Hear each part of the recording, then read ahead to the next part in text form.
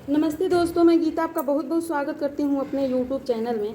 आज की इस रेसिपी में आपको बता दें कि ये है चौराई। और चौराई का साग जो है ना, इन बारिश के मौसम में बहुत ही नरम मुलायम और अच्छे साग मिलते हैं। तो ये साग है, इसको बहुत ही अच्छे से हमने नीच लिया है और इसकी डंटी आपको दिखा देते हैं, क्योंकि इसको थोड़ा पहले हमने नीच के रख लिया था। तो ये जो है इनकी डंटियाँ हैं, आप देख सकते हैं कि एक एक पत्तियाँ इनकी हमने निकाल लिया है।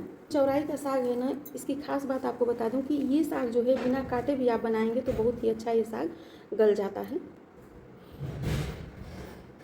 ये जो चौराई का साग है तो इसको बिना लहसुन के बनाएंगे, क्योंकि सावन में कुछ लोग होते हैं जो लहसुन, इन सावन के महीनों में कुछ लोग जो होते हैं लहसुन प्याज बिल्कुल नहीं खाते हैं। तो कुछ इसी तरीके से हमको ये बनाना है, तो इसे बिना लहसुन का ही आज हम बनाएंगे।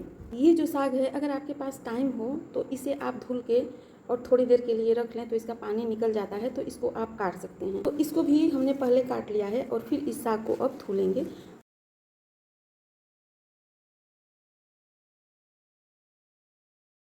तो ये जो चौराई का साग है ना, इसको कम से कम 4 से 5 बार साफ से धुलेंगे, क्योंकि बारिश का मौसम है ना, तो बहुत सारी इसमें मिट्टियाँ वगैरह लगी रहती हैं, जिससे कि साग को अगर आप साफ से न धुलें तो थोड़ा साग में किरकिराहट आने लगती है, तो इससे इसका स्वाद जो है ख़राब हो जाता है। तो इसको कम से कम 4 से 5 बार धुलेंगे।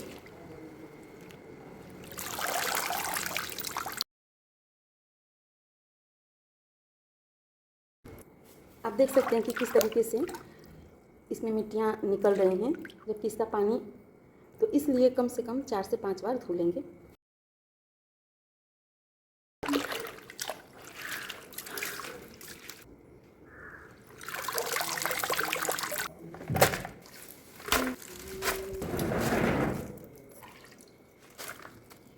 चार से 5 बार हमने साग को बहुत ही अच्छे से धुल लिया और आप देख सकते हैं कि पानी जो है बिल्कुल अब साफ़ दिख रहा है।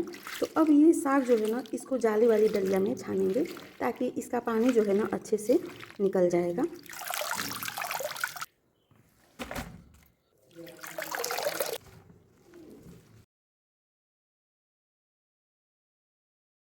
साग ज़्यादा था तो इसको 2 डलिया में छाने हैं।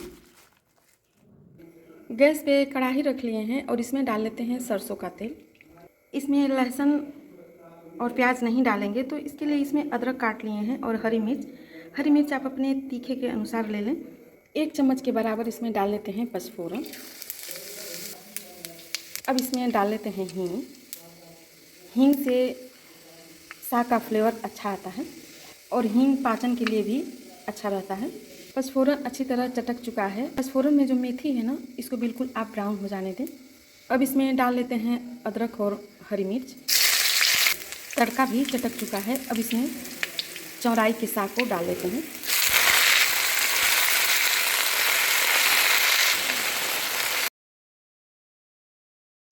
सारे साग को इसमें डाल लिए हैं। अब साग को चला लेते हैं। कढ़ाई में साग ज़्यादा है तो इसलिए थोड़ा धीरे से ही चलाना होगा।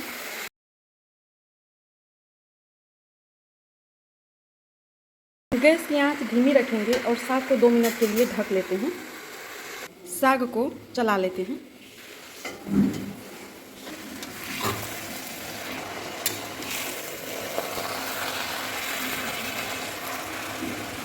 आप देख सकते हैं कि साग बिल्कुल नरम था तो बहुत ही अच्छा गल चुका है और बिल्कुल गल के आधा हो गया है।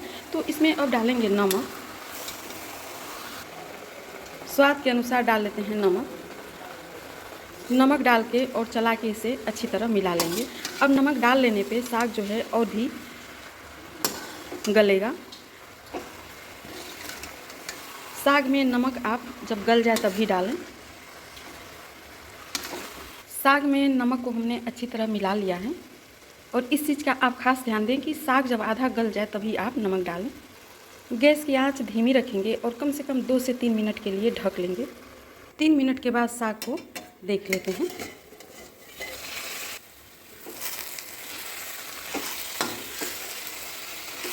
साग जो है बहुत ही अच्छा गल चुका है और बिल्कुल आप देख सकते हैं कि मुलायम साग हुआ है, क्योंकि इसकी डंटियां जो थी अच्छे से हमने निकाल लिया था। साग जो है बहुत ही अच्छा बनके तैयार हो चुका है। अब गैस को बंद कर लेते हैं।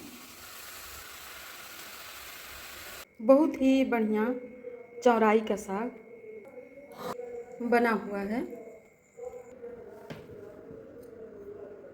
चौराई का साग है ना, आपको दिखा दें कि बहुत ही मुलायम साग ये बना हुआ है। इस तरीके से अगर आप अच्छे से इसकी जो डंडियां हैं ना आप निकाल लेंगे तो बिना काटे भी आप साग को बनाएं तो बहुत ही स्वादिष्ट ये साग और मुलायम बनेगा। इसे आप चावल के साथ खाएं, बहुत ही स्वादिष्ट ये साग लगेगा।